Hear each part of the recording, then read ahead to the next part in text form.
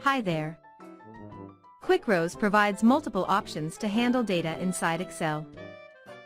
Suppose we want to pick a great wine from this listing, which includes price, qualification, winery, and other attributes of 50,000 of the best wines in the world.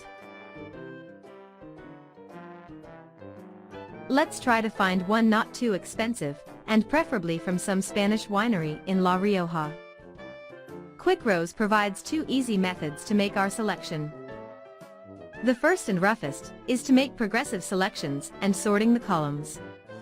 We will begin by selecting one item from Spain in the first column with a double-click. We got a new listing containing only wines from Spain. This action reduced the alternatives to 2,300 wines approximately. The next step is constraining the options to wines from La Rioja by double-clicking any cell from that region. That's it. The new listing contains still about 500 wines. Now we can sort it according to quality, price and expert's opinion. To do that, just double-click the headers of these columns, and repeat the action to reverse the sort order if necessary. As simple as that. Okay, let's see which are our best options.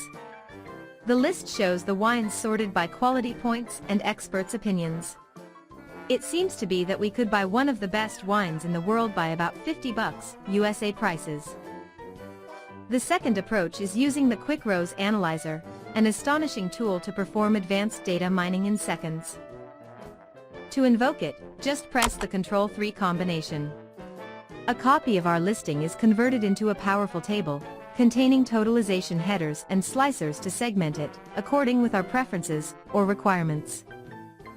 The rest is really simple. We will select wines from Spain and La Rioja and check out our options.